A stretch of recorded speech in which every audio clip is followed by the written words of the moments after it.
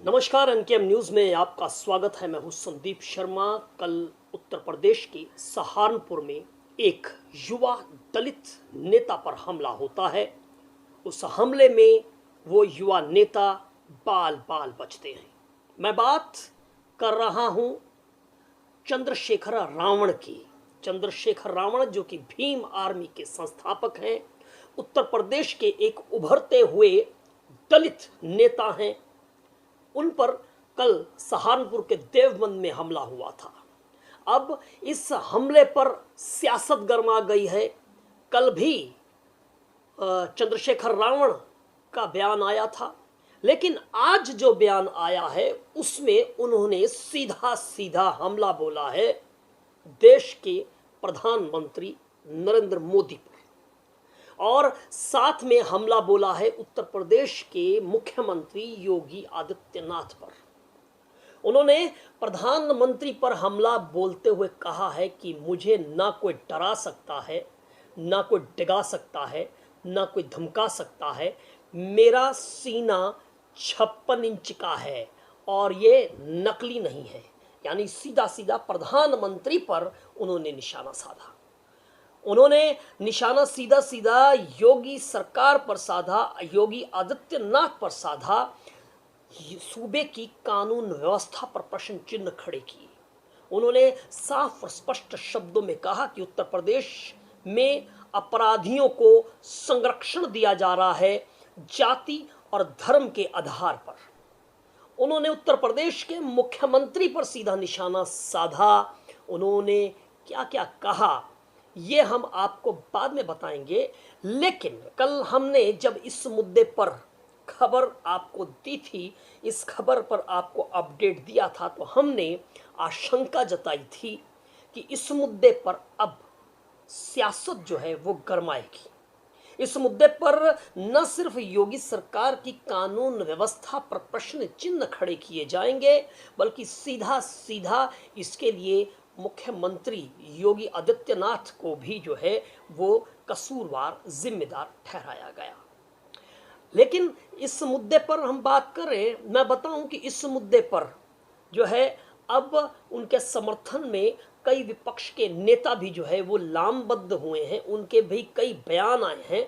उनको कई विपक्ष के नेता मिलने के लिए पहुंच रहे हैं। विपक्ष के नेता उत्तर प्रदेश की राजनीति में समाजवादी पार्टी के मुखिया अखिलेश यादव ने उस पर जो है योगी सरकार को कटघरे में खड़ा किया है। योगी सरकार पर हमला बोला है अखिलेश यादव ने। इसके साथ साथ में सत्यपाल मलिक जो कि जम्मू और कश्मीर के पूर्व राज्यपाल, पूर्व राज्यपाल, उन्होंने भी जो है हमला बोला। भारतीय जनता पार्टी के बड़े नेता रहे, लेकिन आजकल भारतीय जनता पार्टी से नाराज होकर उन्होंने एक अलग रास्ता अख्तियार कर लिया है, बागी हैं भाजपा से। उन्होंने भी सीधा सीधा निशाना जो है वो साधा है योगी सरकार पर, देश की सरकार पर। आपको सबसे पहले चंद्रशेखर रावण का बयान भी आपको सुनाएंगे, लेकिन उससे पहले हम आपको चंद्रशेखर रावण का एक ट्वीट हम आपको वो सुनाएं, और उस ट्वीट में देखिए कि उन्होंने किस तरह से न सिर्फ योगी सरकार पर, न सिर्फ योगी आदित्यनाथ पर, बल्कि देश के प्रधानमंत्री नरेंद्र मोदी पर जो है वो निशाना साधा है। क्या लिखा है वो मैं आपको पढ़कर सुनाता हूं। चंद्रशेखर अपने इस लंबे चौड़े ट्वीट में लिखते हैं, कल घात लगाकर मेरे ऊपर किए गए जानलेवा हमले की निंदा करने और मेरे प्रति संवेदना प्रकट करने वाले मित्रों, नेताओं व शुभ चिंतकों का दिल से आभार प्रकट करता हूं। कल की तरह की घटना आज भले ही मेरे साथ घटी है, लेकिन आगे किसी भी समय ऐसी घटनाएं किसी भी दूसरी राजनीतिक पार्टियों के प्रमुखों और उनके समर्थकों के साथ घट सकती हैं। इसकी दो वजह हैं।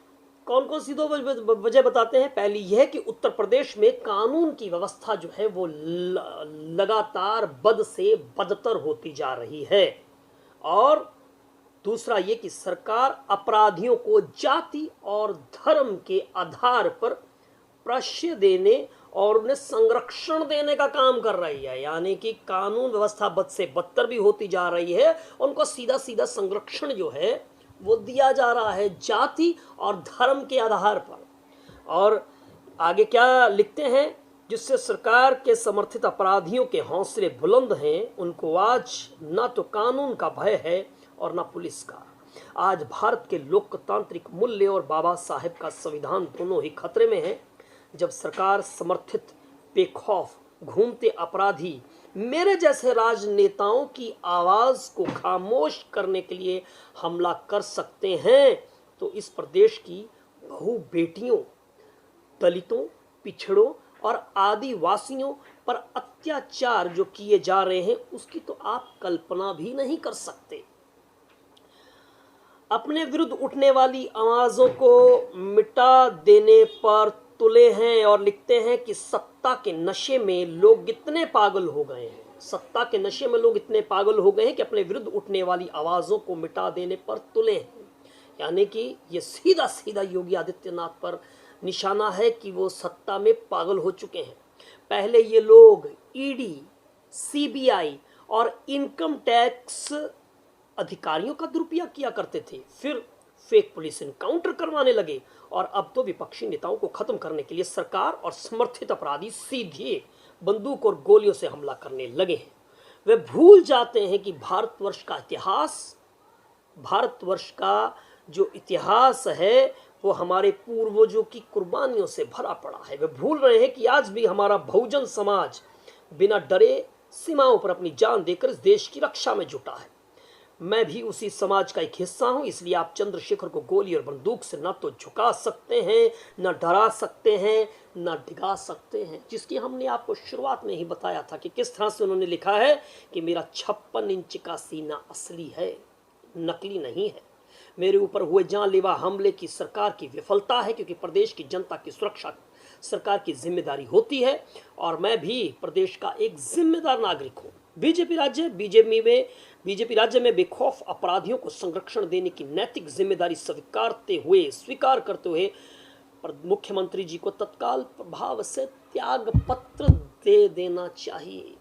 तो ये बयान, ये तलख टिप्पणियां जो सीधे सीधे योगी आदित्यनाथ पर हैं, देश के प्रधानमंत्री नरेंद्र मोदी पर जो है कोई उठा रहे हैं। चंद्रशेखर का ये कहना है कि कहीं ना कहीं उनका कद जो है इतना बड़ा है कि योगी आदित्यनाथ जो है वो डरे हुए, इसीलिए वो उनको रास्ते से हटा देना चाहते हैं। और लेकिन वो झुकेंगे नहीं, वो डरेंगे नहीं, वो डिगेंगे नहीं अपने इस रास्ते से। यानी आप समझ सकते हैं कि सीधा सीधा जो है उन्होंने निशाना साधा। अब इसके दूसरे पहलुओं पर जाएंगे। ये पहलू तो जो हमने बताया है कि सत्यपाल मलिक, अखिलेश यादव और भी पार्टी के तमाम नेताओं ने जो है वो इस मुद्दे पर जो है योगी सरकार को कटघरे में खड़ा किया है, योगी सरकार को निशाने पर साधा है। लेकिन इस मुद्दे पर 2 लोग और आज मिलने के लिए चंद्रशेखर को पहुंचे। कौन पहुंचे? बजरंग पुनिया और साक्षी मलिक। ये 2 पहलवान जो कि ब्रज भूषण शरण के खिलाफ, जो कि ओलंपिक एसोसिएशन कुश्ती ओलंपिक के जो है वो अध्यक्ष थे, उन पर यौन शोषण का जिन्होंने आरोप लगाया, उनके खिलाफ जो लगातार प्रदर्शन कर रहे हैं, प्रोटेस्ट कर रहे हैं, उनके खिलाफ आवाज़ बुलंद कर रहे हैं, ये 2 लोग भी जो है आज मिलने के लिए चंद्रशेखर के यहाँ पहुँचते हैं। यानी कुल मिलाकर इस मुद्दे पर जो है वो सियासत किस कदर गरमाई हुई है वो आप देख सकते हैं। यही नहीं है, चंद्रशेखर रावण ये कहते हैं कि उन्होंने अपनी सुरक्षा के लिए पहले भी प्रशासन से गुहार लगाई है, लेकिन प्रशासन का ये कहना है कि योगी आदित्यनाथ नहीं चाहते हैं कि उनको सुरक्षा प्रदान की जाए, यानी वो अपने लिए सुरक्षा की मांग कर रहे हैं। तो ये तमाम मुद्दे हैं, लेकिन हम आपको जिस अहम बिंदु की तरफ आपका ध्यान दिलवाना चाहते हैं वो ये है कि आने वाले दिनों में सूबे में, राज्य में चुनाव के मद्देनज़र भी जो है वो लोकसभा चुनाव हैं, आम चुनाव हैं, और उसको लेकर भी अब जो सियासत है वो पूरे देश की गरमा रही है। और योगी आदित्यनाथ में जो है भाजपा बहुत मजबूत है, और ये भी कहा जाता है कि जो भी सरकार बनती है वो उत्तर प्रदेश के रास्ते से ही जो है वो बनती है। तो आप समझ सकते हैं कि उत्तर प्रदेश की लोकसभा चुनाव में क्या अहमियत है, और इस बात से भी इनकार नहीं किया जा सकता है कि उत्तर प्रदेश में योगी आदित्यनाथ की स्थिति जो है वो काफ़ी मजबूत है। और इसलिए जो है विपक्ष जो है वो इस मुद्दे पर योगी आदित्यनाथ को घेरने में भी जो है वो अक्सर हम देखते हैं कि मुस्तैद दिखाई देता है। सरकार को घेरने की कोशिश की जा रही है, जो योगी सरकार को घेरने की कोशिश की जा रही है, और जो विपक्ष भी जो है वो चंद्रशेखर के समर्थन में यहाँ पर उतरा हुआ नज़र आ रहा है। और तमाम मुद्दों पर हमने देखा है कि विपक्ष जो है वो कोई मौका जाने नहीं देता जिसमें जो है वो योगी और मोदी को कटघरे में जिसमें खड़ा किया जा सके। लेकिन आने वाले दिन बताएंगे कि योगी आदित्यनाथ के किले को भेदना विपक्ष के लिए कितना आसान होगा और कितना कठिन होगा, और चंद्रशेखर रावण उसमें क्या भूमिका जो है वो दलित वोट बैंक में सेंध लगाने में कर सकते हैं। हमने ये भी आपसे कहा था कि हो सकता है कि चंद्रशेखर रावण आने वाले दिनों में जो है वो चुनाव लड़ें।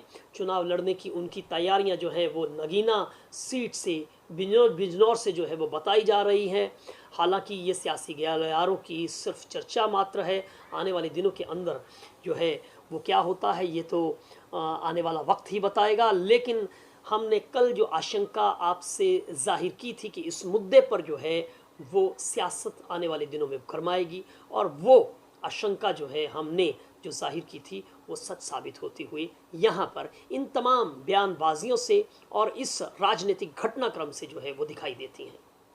अगर आपको इस वीडियो अच्छी लगे तो इस पर अपनी कमेंट, अपनी राय अपनी ज़रूर व्यक्त कीजिए कि चंद्रशेखर रावण को क्या सरकार, चंद्रशेखर रावण जो है वो एक बड़ी चुनौती बनकर उभरे हैं।